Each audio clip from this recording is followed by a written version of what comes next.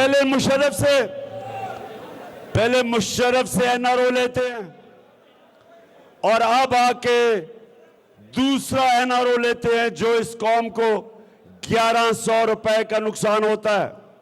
कौम की करप्शन का पैसा 10 साल ये मुशर्रफ एनआरओ देता है, सारे केसेस खत्म। 8 और 18 के बीच में ये 10 साल हुकूमत करते हैं, चोरी करते हैं, चोरी करके सारे केसेस जो इनके 1100 अरब रुपए के केसेस हैं फिर असेंबली में आते हैं।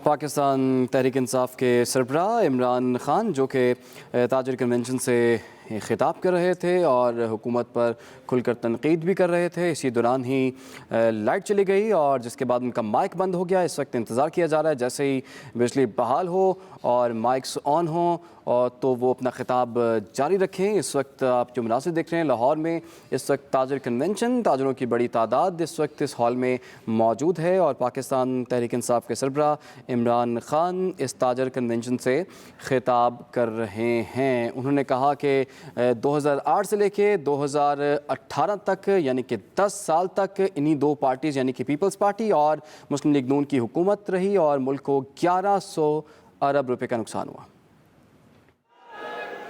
तो इसलिए मेरे ताजरों, आज आपकी जरूरत इसलिए कि सबसे पहले एक मुल्क के ऊपर करप्ट लोगों को मुसल्लत किया गया, उन्होंने अपने करप्शन के केसेस खत्म किए। लेकिन उससे बड़ी बात कि जो भी हमाद अजहर ने आपको तफसील में बताया कि 17 साल के बाद पाकिस्तान की जो मायशत थी, जो हमारी मुल्क की इकॉनमी थी, वो तीसरे साल में 5.6% पे बढ़ रही थी और चौथे साल पे 6% पे बढ़ रही थी। 17 साल के बाद हमारी इकॉनमी बढ़ रही थी।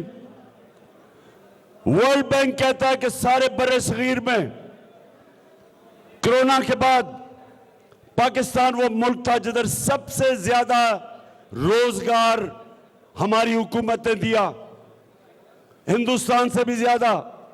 बांग्लादेश, सारे बर्रे सगीर में, क्योंकि नौकरियां, जब मुल्क की इकॉनमी बढ़ती है, इंडस्ट्री बढ़ती है, किसानों की हमने मदद की। 4 फसलों में रिकॉर्ड पैदावार। और ये पाकिस्तान की इकोनॉमिक सर्वे जो इस हुकूमत ने पब्लिश की थी, उसके मुताबिक कि ग्रोथ रेट भी ऊपर, इकोनॉमी 6% पे ऊपर, लार्ज स्केल मैन्युफैक्चरिंग इंडस्ट्री 11% पे ग्रो कर रही थी। हमारा टैक्स कलेक्शन पाकिस्तान की तारीख का रिकॉर्ड 6100 अरब, पाकिस्तान की एक्सपोर्ट्स 32 अरब रिकॉर्ड। ओवरसीज पाकिस्तान की जो रेमिटेंसेस थी, जो डॉलर अंदर आ रहा था, 19 अरब से हम 31 अरब पे लेके गए रिकॉर्ड।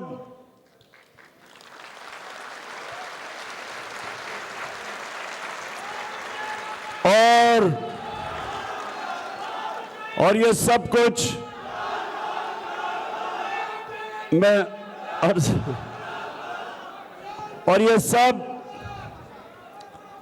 ये तब हो रहा था जब हमें इकोनॉमी मिली। जरा ये भी सुन लें, ये शहबाज शरीफ कहता है कि जी बारूदी सुरंगें छोड़ के गए,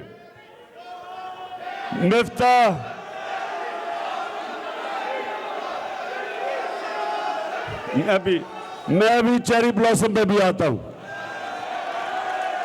तो कहता बारूदी सुनोगे छोड़ के गए। अब आप ताजर हैं, आप ये चीज समझेंगे।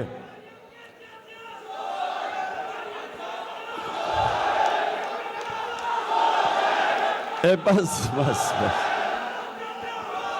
अच्छा सुने, ताजर ये चीज समझेंगे।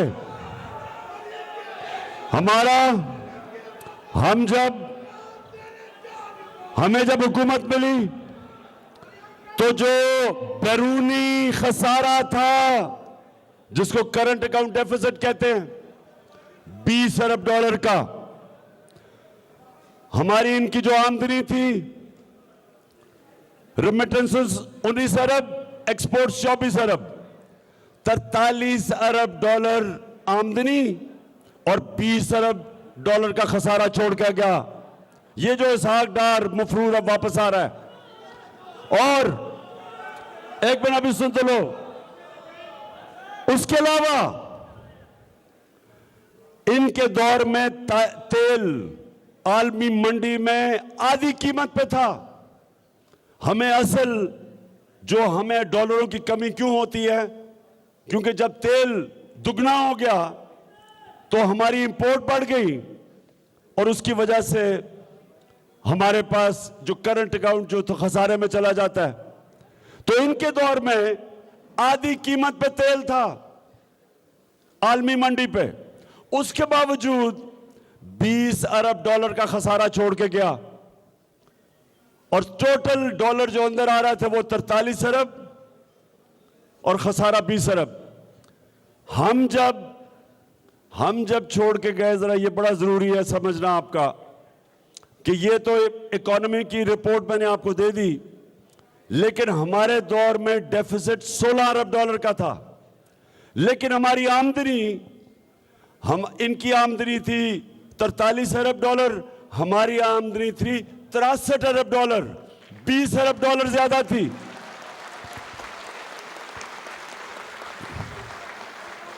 हमारे दौर में इंटरनेशनल मार्केट में तेल 103 डॉलर से 115 डॉलर तक गया। आज 90 डॉलर का तेल बिक रहा है इंटरनेशनल मार्केट में। हमारे दौर में जब 103 डॉलर का तेल था, डीजल और पेट्रोल की कीमतें 150 रुपया लीटर थी, 150 रुपया लीटर थी। आज 250 रुपए लीटर है, जबकि 10 डॉलर आलमी मंडी में तेल नीचे आ चुका है। हम जब इन्होंने अदम एतमाद की तहरीक की तो डॉलर 178 रुपए का था, रिजर्व्स हमारे 16 अरब रुपए के थे। जब ये छोड़ के गए थे रिजर्व्स 9 अरब रुपए के थे। 16 अरब रुपए के रिजर्व थे जब अदम एतमाद की तहरीक आई, और डॉलर 178 रुपए का था। आज डॉलर 240 रुपए। आज हमारे रिजर्व्स करके 8 अरब डॉलर पे। आज डीजल 250 रुपए का है। हम जब थे बिजली 16 रुपए यूनिट थी, आज बिजली 45 रुपए यूनिट टैक्सेस के बगैर है। तो मैं आज सवाल पूछता हूं कि ये जो साजिश करके तुमने हुकूमत कराई थी और ये कह के कि जी बहुत महंगाई थी, आज 50 साल की महंगाई का रिकॉर्ड टूट गया है। 50 साल के बाद सबसे ज्यादा महंगाई है।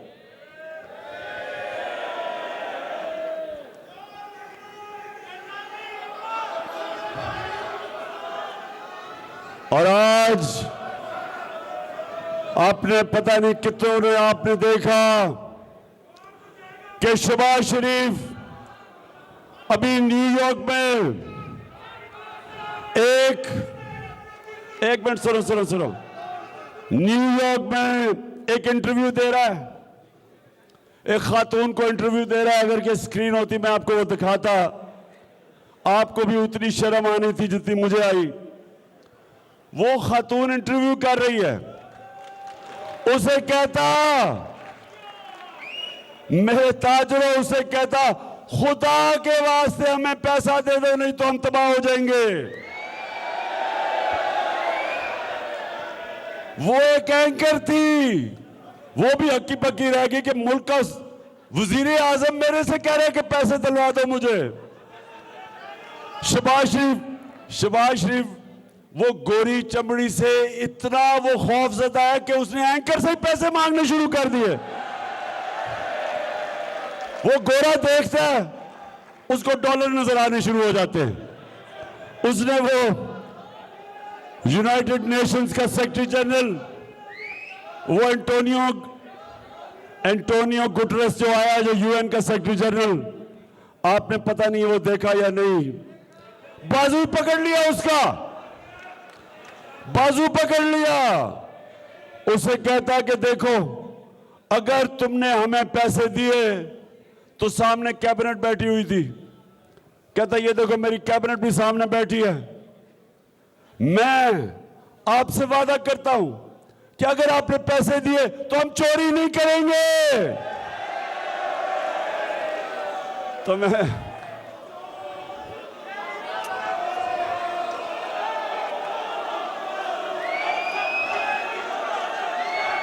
अच्छा, और ताजरों, आपने वो देखा, वो जो ऑडियो लीक आई है, वो जो शहबाज शरीफ की ऑडियो लीक निकलाई है, उसमें वो क्या कह रहा है?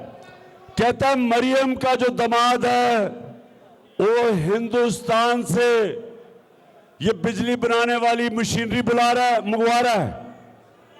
तो उसे प्रिंसिपल सेक्रेटरी कहता है ये तो नाजायज है, हमने तो ट्रेड बंद की हुई है।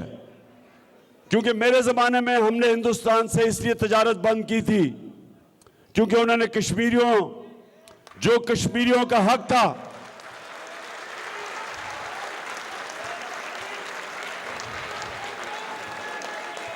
उन्होंने यूएन की सेक्रेटरी, यूएन सिक्योरिटी काउंसिल की रेजोल्यूशन की खिलाफ वर्जी करके कश्मीरियों का स्टेटस ले लिया था। 5 अगस्त 2019। तो पहले तो नाजायज जब बैन की हुई है इंपोर्ट हिंदुस्तान से, मरियम का दामाद मशीनरी इंपोर्ट कर रहा है और फिर कहता है कि अच्छा कोई और तरीका निकालेंगे कि किसी तरह हिंदुस्तान से ना आए, किसी और मुल्क जरिए आ जाए और मरियम को समझा दो, क्योंकि मरियम शहजादी है, मैं जो मर्जी चाहे कर सकती हूं, कानून से ऊपर है। और आप सबको पता है कि मरियम बेचारी, लंदन तो छोड़ो, पाकिस्तान में भी बेचारी की कोई प्रॉपर्टी नहीं है। तो बहरहाल उसके बाद एक और चीज नजर आती है। इलेक्शन कमिश्नर, मक्कार आदमी, अब साबित होता है कि ये शरीफ खानदान का नौकर है। उसको हुक्म कर रहे हैं कि कितने हलकों पे इलेक्शन करवाने और रेजिग्नेशन एक्सेप्ट करनी है। अभी और भी चीजें निकलेंगी। अभी आपको पता चलेगा कि ये जो ऊपर बैठे हुए हैं, ये इस मुल्क के फायदे करवाने के लिए नहीं आए, अपनी चोरी खत्म करने के लिए और पैसा बनाने के लिए। इनके सिर्फ 2 मकसद है और जब मुश्किल पड़ेगी सब बाहर भाग जाएंगे। शहबाज शरीफ के दोनों बेटे बाहर, नवाज शरीफ के दोनों बेटे बाहर, इसहाक डार के दोनों बेटे बाहर। चोरी यहां से करो, बेटों को पैसा भिजवा दो और बेटे कहें जी हम पाकिस्तान के शहरी नहीं है। ये इनका तरीका है। तो ताजरों, आप सब तैयार हो जाओ। मैं इनके खिलाफ हकीकी आजादी के लिए जहाद लड़ूंगा, सड़कों पर लड़ूंगा, कभी इनको तस्लीम नहीं करूंगा। और जब भी मैं आपको कॉल दूं, आपने मेरे से वादा कर रहे हैं, वादा करें मेरे से, वादा करें। सब ने मेरे से वादा करना है कि अपने मुल्क की खातिर, अपने मुल्क के मुस्तकबिल की खातिर, अपने बच्चों की मुस्तकबिल की खातिर आपने सब ने मेरे से वादा करना है कि जब मैं आपको कॉल दूंगा, आपने मेरी कॉल पे अपनी कौम को इन चोरों से, इन डाकुओं से बचाने के लिए निकलना। हाथ खड़ा करके बताएं मुझे। पाकिस्तान जिंदाबाद।